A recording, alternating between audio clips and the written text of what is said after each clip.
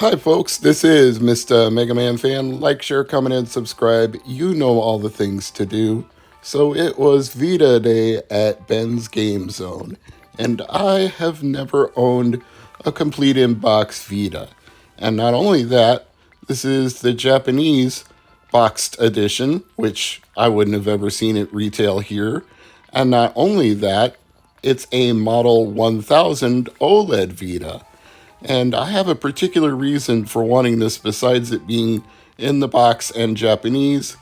My OLED that I got from eBay has a burn-in spot on the screen. It's not noticeable all the time, but whenever the screen is kind of dark, you can see the even darker splotch. It doesn't ruin playing games on it, but it does affect my enjoyment of my OLED Vita. So I generally use a Series 3000 that I imported and had region swapped, but now I think I'll be using this one a lot more because of the OLED screen. And wow, I need to wipe this down because the previous owner left their greasy fingerprints everywhere. They didn't clean it before they put it back in the box. So I think that's a little better.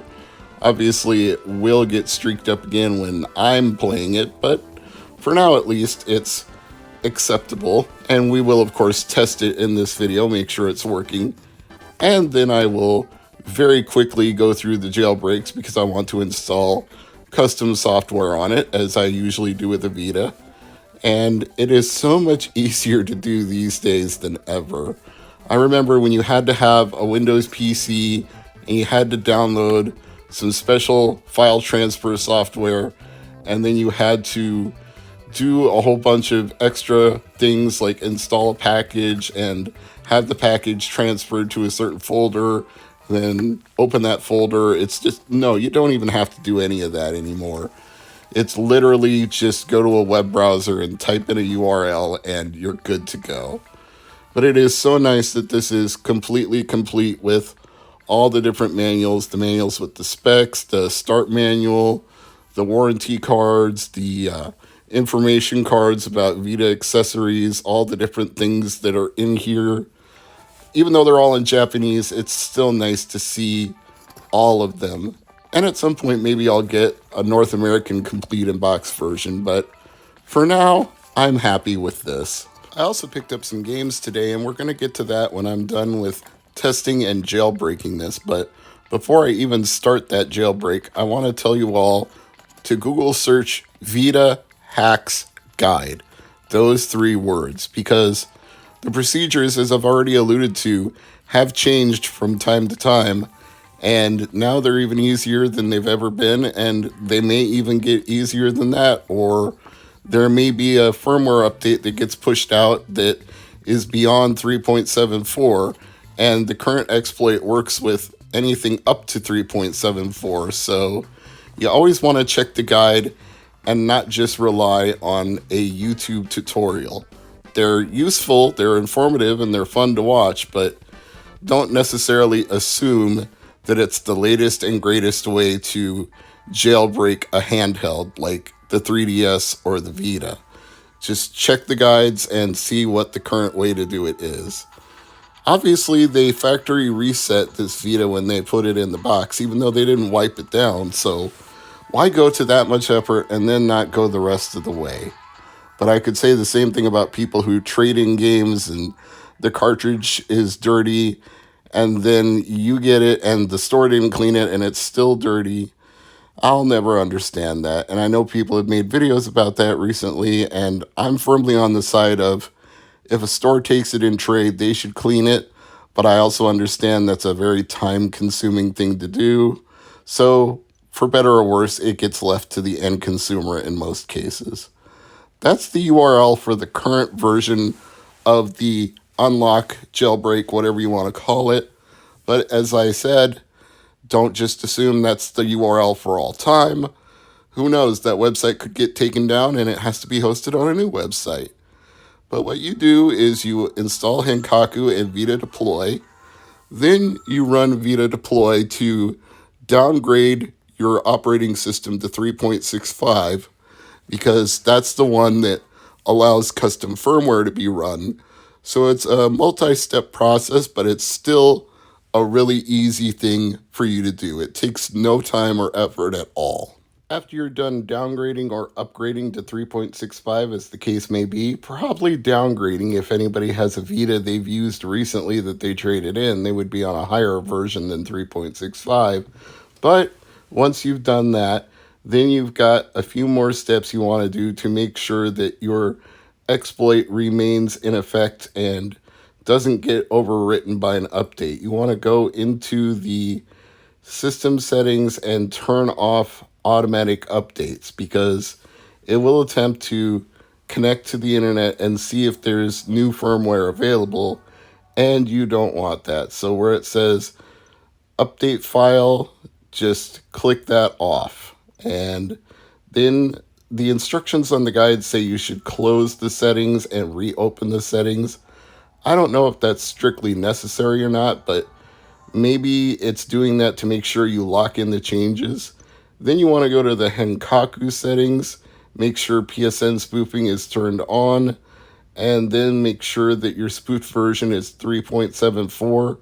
Now, if the firmware is updated, you'll have to change it to whatever the current version number is. But I feel like we're at the end of life cycle with Vita.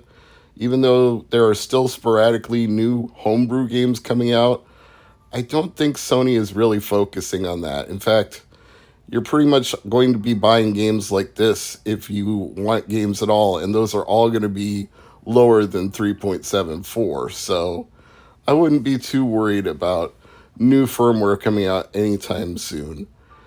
And with that done, we're going to test this by playing Geometry Wars, make sure that both of the sticks are working, because one is for movement and one is for shooting. So that's a pretty good game to test a Vita with as far as I'm concerned, but you can use any game you want. I just wanted to grab something really quick and make sure this Vita was up to snuff. The screen looks bright and crisp. The sound is good and clear. The sticks are both moving the way I want them to, and I am satisfied. So that means it's time to test some games, and I'm only going to do the ones that were already open. I don't feel like breaking the seal on anything right now because this video will be long enough as it is. So we're starting with Call of Duty, and why I didn't have this before now, I really don't know. I've got Call of Duty on just about everything it ever came out on, but I didn't have it on Vita, so now I do. And hooray. But I think I'm probably going to be less interested in that than I am in this Mega Dimension Zombies game. It's there's this whole Hyperdimension Neptune series on Vita, and this, I think, is part of that, from what I can tell it is anyway. So it's a cute anime girl type game, which is right up my alley. Silent Hill was one of the more expensive games that I picked up, but unfortunately, all Silent Hill games seem to have skyrocketed in price in the last year or so, and I wish that wasn't the case, but egads, what are you going to do? And this is kind of a weird one because you have to use both the touchscreen and the regular controls. I don't know why WayForward chose to mix and match when they made that for Konami, but they did. Anyway, we've got some RPGs here as well. This one is Tales of Hearts R. I assume R means it's a special version for the Vita. We've also got Trails of Cold Steel 1 and 2. I picked them up both at the same time, and I'm pretty stoked about that because the Trails series is really cool. And we've got another game here that I can't even remember as I'm doing the voiceover, so I'll have to look at the video. Oh, yes. This would be the Valkyrie Drive game, and I know absolutely nothing about Valkyrie Drive, but it also looks like an anime girl type game, so I'm sure I'll have some fun with that one as well. And last but not least, Steins Gate, which, as you saw previously, came in a collector's edition box, although there really wasn't that much in there other than the game and an art book. No soundtrack or anything else. I'm Mr. MegaManFan, And as always, thank you for watching. Hope you're having a good day. I'll see you next time.